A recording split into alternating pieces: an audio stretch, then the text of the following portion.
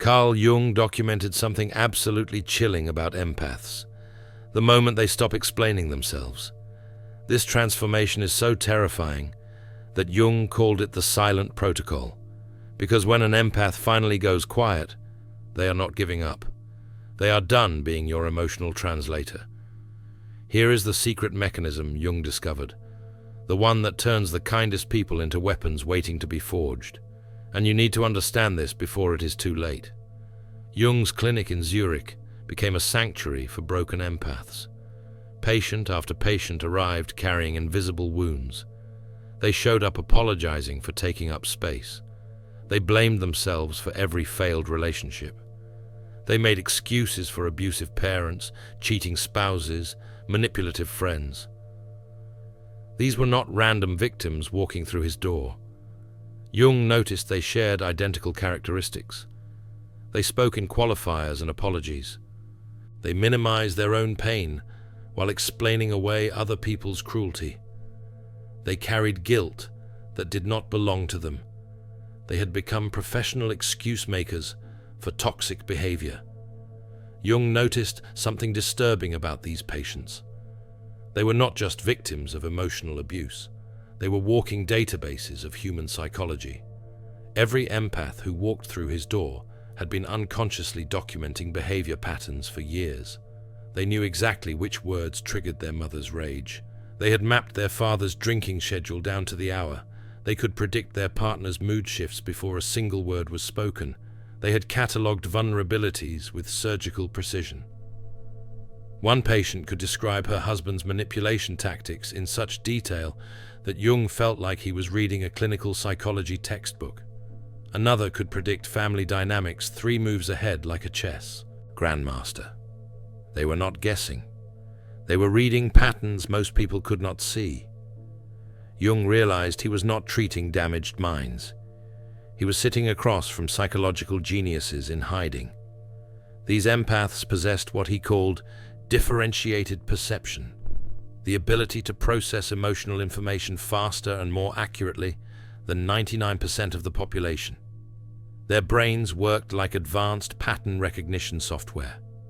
They saw micro-expressions that lasted fractions of seconds. They felt emotional shifts in a room before anyone spoke. They detected lies, not through logic, but through instant psychological radar. Jung began testing this ability. He would bring colleagues into sessions without warning. Within minutes, his empath patients could identify childhood wounds, relationship patterns, and hidden insecurities with disturbing accuracy. They were not psychic. They were simply paying attention at a level most humans never reach. What others called intuition, these empaths called data collection. They noticed everything: the slight hesitation before someone answered a question, the micro-expression that flashed across a face for 1/10 of a second, the change in vocal tone that signaled discomfort, the body language that contradicted spoken words. But society had taught them this gift was a curse. Every time they tried to voice what they saw, people called them too sensitive. Every time they pointed out manipulation, they got accused of creating drama. Every time they expressed concern about obvious red flags, they were told they were overreacting. Family members told them they were imagining things. Partners accused them of being paranoid. Friends said they were looking for problems that did not exist. The message was clear and consistent. Your perceptions are wrong. Your feelings are invalid. Your reality is not real. So they learned to silence themselves, to doubt their perceptions, to apologize for seeing what others refused to acknowledge. And this is where the real damage happened. Jung discovered that empaths do not lose their minds from feeling too much. They lose their minds from being told their feelings are wrong. The constant invalidation creates a psychological split. Their conscious mind learns to distrust the very gift that makes them powerful. The empath starts second-guessing everything they see. Maybe they are too sensitive. Maybe they are creating problems. Maybe they are the crazy one. This self-doubt becomes a prison more effective than any physical cage.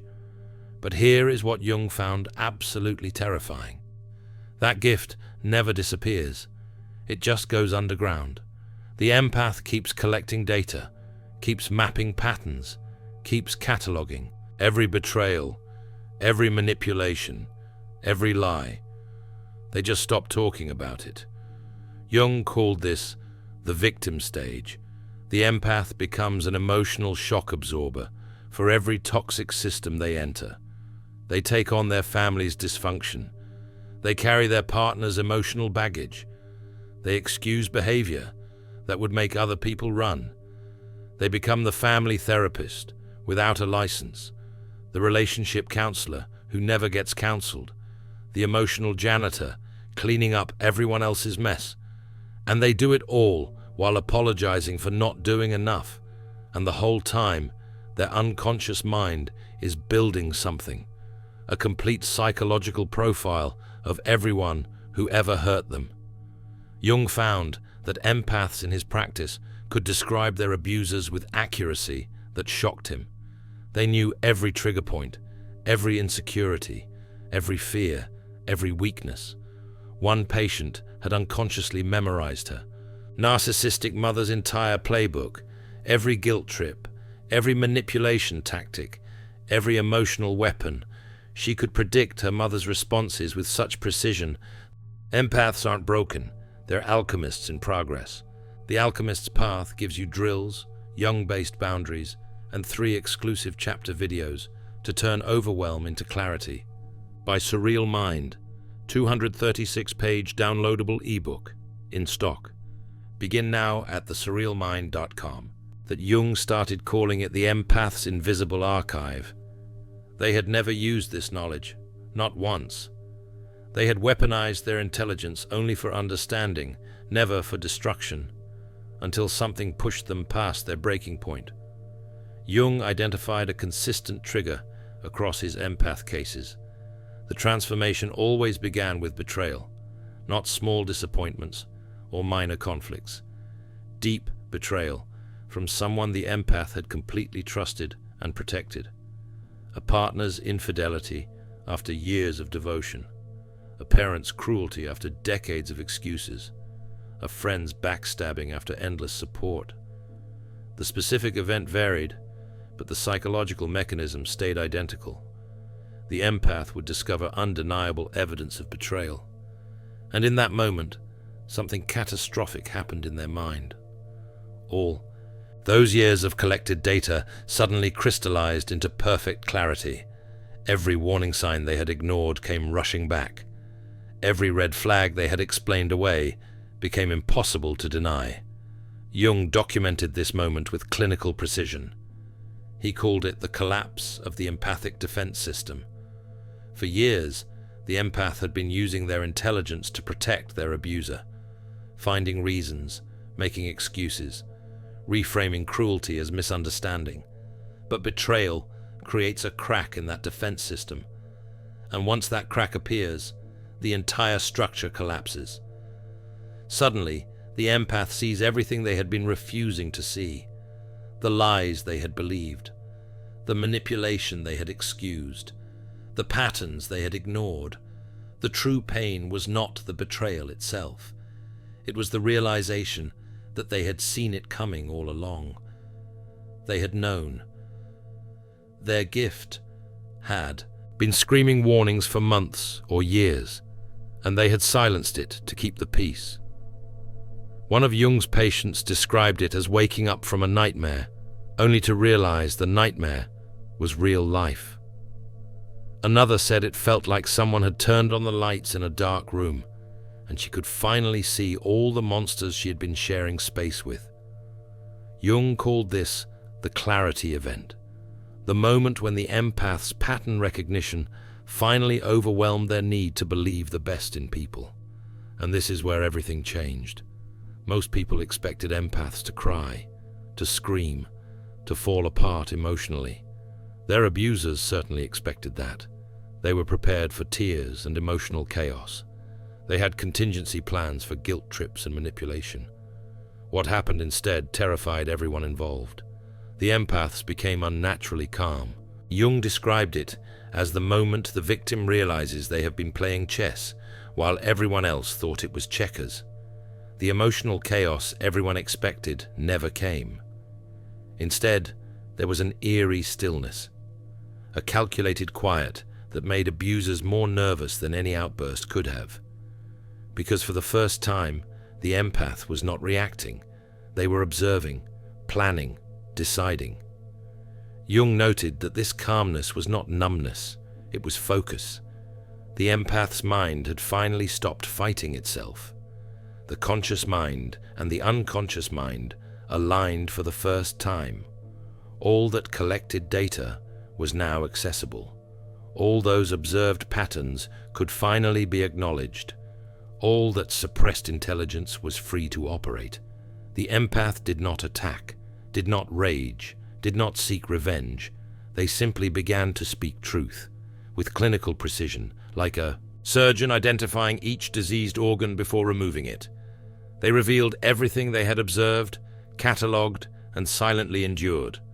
Not with cruelty, but with devastating accuracy. They exposed patterns their abusers thought were hidden. They articulated manipulations their abusers believed were subtle. They demonstrated understanding so complete, it felt like mind-reading. Jung watched as his patients calmly recited years of manipulation tactics back to their abusers. They described every guilt trip, every gaslighting attempt, every projection, every triangulation. They laid it all out with the precision of a prosecutor presenting evidence. And here is what made it truly terrifying. The empaths were not angry. They were done. There is a difference between someone who is fighting you and someone who is finished with you. Anger means you still care. Calm means you have already moved on mentally. This was not revenge. This was what Jung termed shadow integration under extreme duress. The moment when someone stops denying the parts of themselves they were taught to hide. The empath's shadow was not evil. It was their suppressed intelligence, their silenced intuition, their denied strength. For years, society had told them that seeing clearly was judgmental, that setting boundaries was selfish, that protecting themselves was mean. So they had repressed their shadow, the part of them that knew when to walk away, the part that recognized danger, the part that valued self-preservation. But betrayal forced that shadow to integrate. The empaths could no longer afford to be nice at the expense of being safe. They could no longer prioritize other people's comfort over their own sanity. They could no longer silence their intelligence to maintain false peace. And when they finally integrated these denied aspects of themselves, they became what Jung called psychologically complete. The transformation was permanent. These patients did not cycle back into people-pleasing. They did not apologize for their newfound boundaries. They did not second-guess their perceptions anymore. Jung followed these cases for years, waiting for the backslide, waiting for the guilt to pull them back into old patterns. It never happened. Once an empath integrates their shadow through betrayal, they never unsee what they have seen. They never unknow what they know. They had become what Jung feared most, empaths who could no longer be manipulated. Jung documented the immediate life changes that followed shadow integration. These transformed empaths left abusive relationships with strategic precision. They did not create drama or seek confrontation. They simply stopped participating in dysfunction. The exits were calculated, clean, final. No long explanations. No attempts to make the other person understand. No closure conversations that could be used as manipulation opportunities. Just direct action, followed by silence. They cut contact with toxic family members without emotional explanations. They walked away from manipulative friendships without backward glances. They rebuilt their lives on foundations of self-protection rather than self-sacrifice. Jung noticed that these empaths moved with purpose. They were not running away from something. They were moving towards something better, their own peace, their own mental health, their own authentic life. But the most disturbing change was not in their actions. it was in their presence. Jung observed that transformed empaths radiated something that made predatory people profoundly uncomfortable. Not aggression, not cruelty, something far more unsettling. Authenticity weaponized by intelligence. It is hard to explain what this looks like if you have never witnessed it. Imagine someone who sees through every social game but chooses not to play. Someone who recognizes manipulation the moment it starts but does not give it energy. Someone who knows exactly what you are doing and simply walks away. Manipulative people suddenly felt nervous around these empaths. They could not explain why. These empaths were not being hostile or confrontational, but everyone sensed that something fundamental had shifted. The emotional game board had been flipped. Jung identified what he called the predator's instinct. Manipulators unconsciously recognize when their usual tactics will not work. They sense psychological immunity the way vampires sense sunlight, and they avoid integrated empaths accordingly. The awakened empath becomes a living lie detector, not through judgment, but through presence. Their mere existence in a room reflects back psychological truths that others spend enormous energy hiding. This creates what Jung called the mirror effect. When a manipulator encounters an integrated empath, they suddenly feel exposed, naked, seen through. The empath does not have to say anything, does not have to call out behavior. Their presence alone creates discomfort because it reflects what the manipulator is hiding from themselves. Toxic people cannot stand to be around them. The reflected image is too uncomfortable. Meanwhile, authentic people feel safe with these empaths for the first time, because finally someone can see them clearly without trying to manipulate what they see. Jung documented how transformed empaths naturally attracted different people after integration. The users and takers disappeared. The genuine and authentic appeared.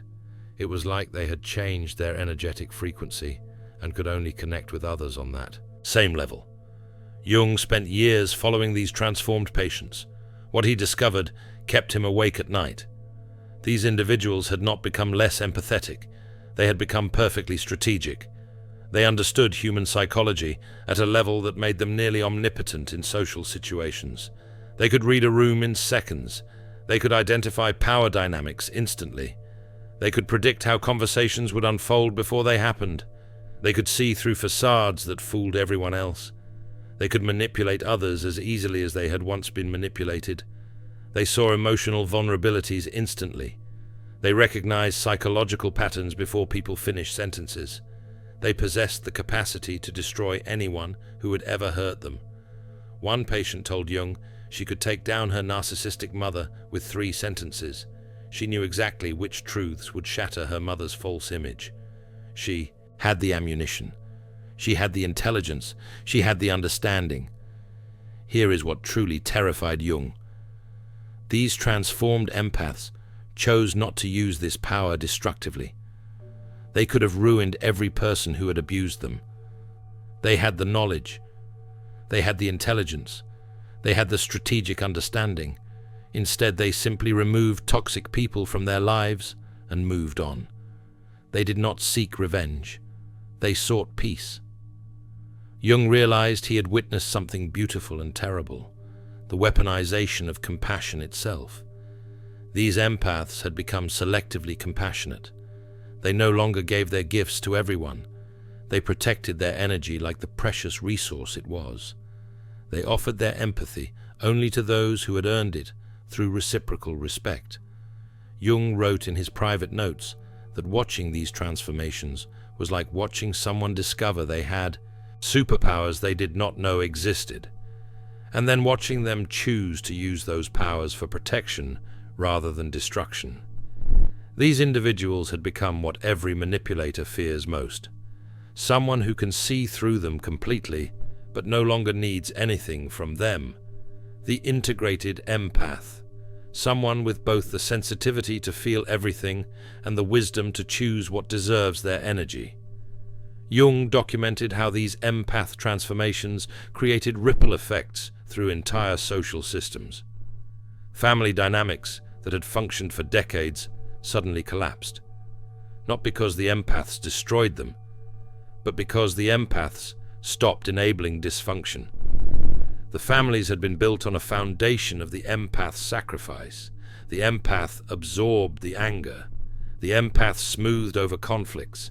The empath made excuses for bad behavior. The empath kept secrets. The empath maintained the facade. When the empath withdrew this service, the entire system had to reorganize. And most dysfunctional systems cannot survive reorganization. They were only functional because someone was doing massive amounts of emotional labor to hide the dysfunction. Alcoholic relatives were forced to face their addictions without emotional dumping grounds. Narcissistic parents had to find other sources of supply. Manipulative partners could no longer use these empaths as psychological punching bags.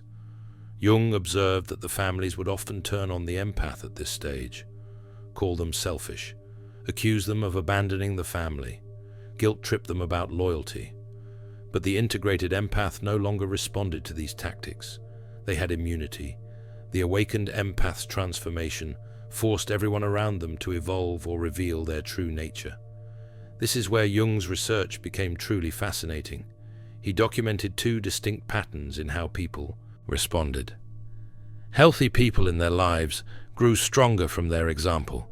They learned that boundaries were possible, that self-respect was not selfish, that caring for others did not require self-destruction.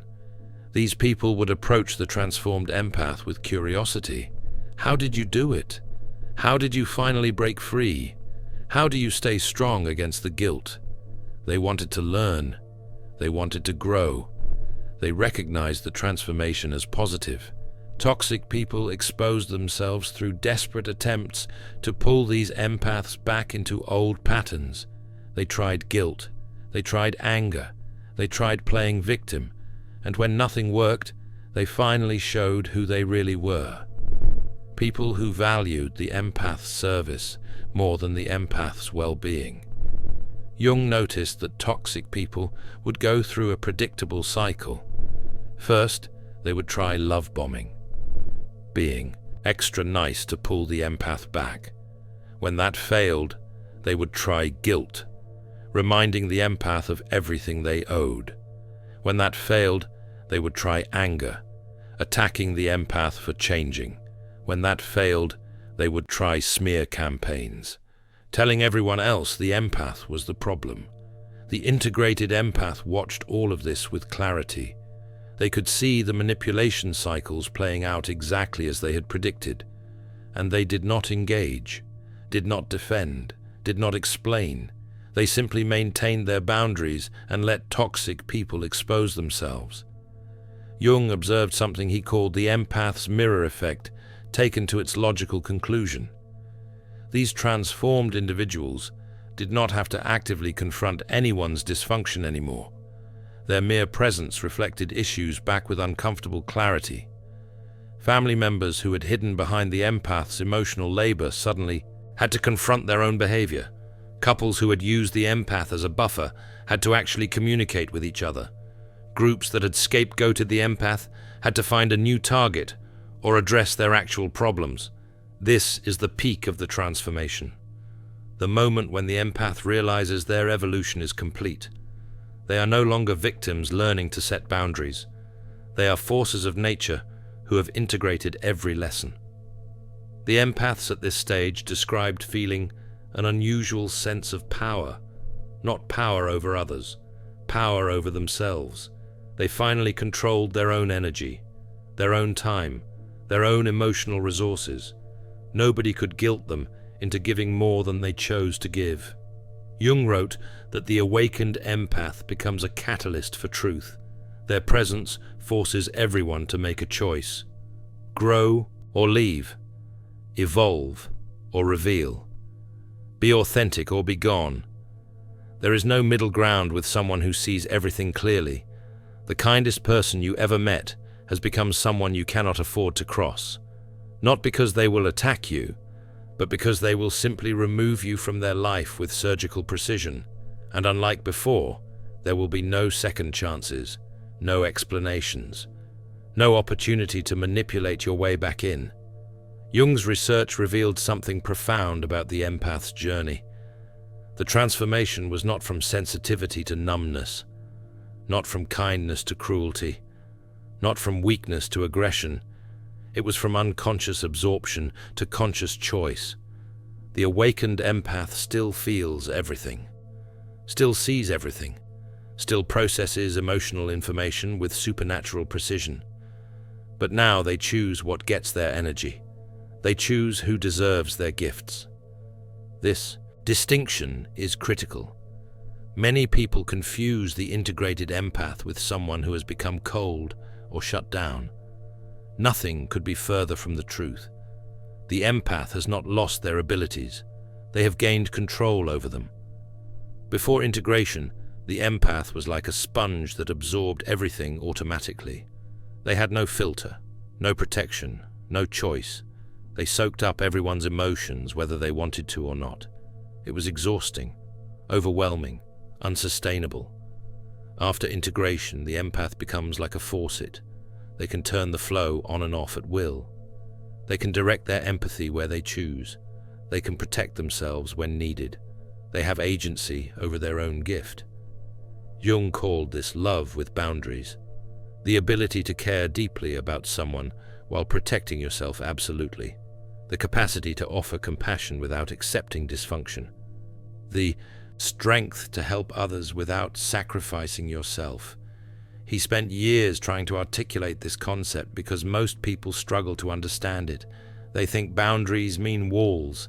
They think protection means coldness. They think self-care means selfishness.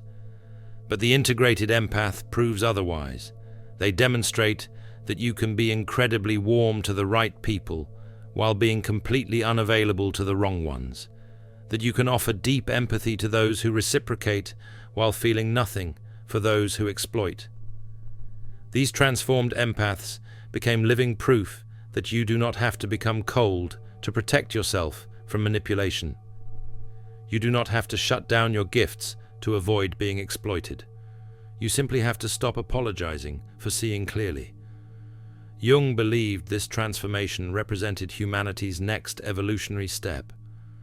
People who can feel everything without being destroyed by it, who can see everything without becoming cynical, who can love deeply without losing themselves. The conscious empath, the integrated human being.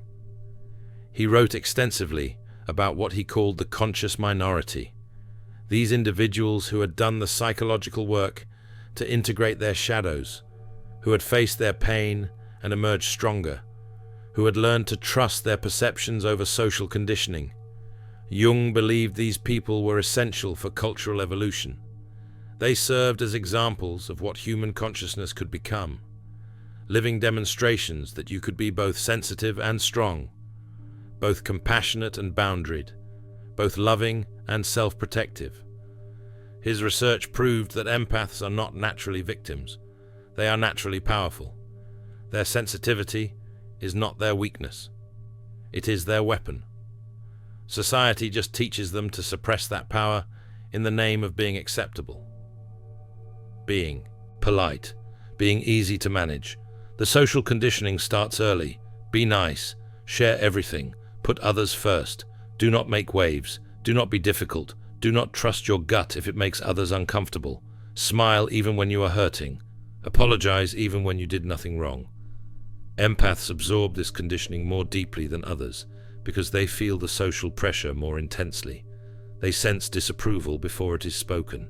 They feel rejection before it is expressed, so they learn to shape themselves into what others want. But when an empath stops explaining themselves, they are not giving up on communication. They are giving up on convincing people who are determined to misunderstand them. They are stepping out of a rigged game where their honesty gets weaponized against them. Jung documented how the empaths described this shift. One patient said it felt like she had been speaking a foreign language her whole life and finally decided to stop translating. Another said it was like she had been performing a play and finally walked off stage. The silent protocol is not about becoming cold. It is about becoming strategic with your warmth, not about shutting people out. It is about letting the wrong people leave, not about hiding your gifts. It is about sharing them only with those who have earned that privilege. Jung's most terrifying discovery about empaths: they were not the broken ones who needed fixing. They were the awakened ones who threatened every system built on manipulation and emotional exploitation. Systems need empaths to function as emotional shock absorbers. Families need someone to smooth over dysfunction. Workplaces need someone to do unpaid emotional labor. Relationships need someone to compromise endlessly. When empaths withdraw this service, systems collapse, and the systems will always blame the empath for that collapse. But the integrated empath no longer accepts that blame. They recognize it as one more manipulation tactic. The moment an empath stops explaining themselves is not a breakdown, it is a breakthrough. It is the birth of someone who finally trusts their own perceptions more than other people's projections. Someone who values their peace more than performative politeness. Jung spent decades studying this transformation because he recognized something profound. These empaths were not just healing themselves. They were modeling a new way of being human, conscious, compassionate, and completely unmanipulatable. He believed that watching an empath transform was like watching evolution happen in real time. The shift from unconscious victim to conscious warrior, from reactive absorber to strategic chooser, from people pleaser to self-protector. The transformation was not just personal, it was archetypal. Jung saw in these empaths the birth of a new kind of human consciousness, one that could hold both sensitivity and strength, both openness and discernment, both love and boundaries. So if you have ever felt like you are too sensitive, remember this: Jung's research proved you are not too anything. You are exactly what consciousness evolution requires. Your sensitivity is not your weakness, it is your superpower. And the day you learn to wield it consciously is the day you become truly unstoppable. You are not too much for people who are enough for you. You are not difficult for people who value what you bring. You are not complicated for people who are willing to understand. You are simply incompatible with people who need you to be less than you are. Not dangerous to innocent people. Dangerous to those who mistake your kindness for weakness. Dangerous to systems built on your silence. Dangerous to anyone who thinks your empathy is something they can exploit forever. The world does not need more broken empaths apologizing for existing. It needs more awakened ones who know their worth. It needs people who can feel everything and still protect themselves, who can see clearly and still choose kindness, who can love deeply and still maintain boundaries. And Jung's research proves that transformation is not just possible, it is inevitable. Every empath will eventually face their moment of clarity, the betrayal that breaks the denial, the hurt that shatters the excuses, the pain that forces integration. The only question is whether you will direct that power or let life force it upon you, whether you will integrate your shadow consciously through inner work or unconsciously through crisis, whether you will choose your transformation or let it choose you. If you are an empath who has stopped explaining yourself to people determined to misunderstand you, drop a comment below. Let other empaths know they are not alone in this transformation. Share your moment of clarity. Describe what changed when you finally stopped apologizing for seeing clearly. And if you found value in Jung's insights, subscribe for more psychology that actually understands what you are going through. Hit that notification bell, because we are diving deep into concepts that most psychology channels are afraid to touch. In The Alchemist's Path, perception training for empaths, you'll turn overwhelm into wisdom with practical drills, Jung-inspired boundaries, and step-by-step perception training. This guide includes 3 exclusive chapter videos to deepen each lesson. Written by Surreal Mind, 236 pages, beautifully designed 8.5 by 11 downloadable ebook, in stock now. Start your training today. Feel deeply while thinking clearly. Get The Alchemist's Path at thesurrealmind.com. Thanks for watching. See you in the next dimension.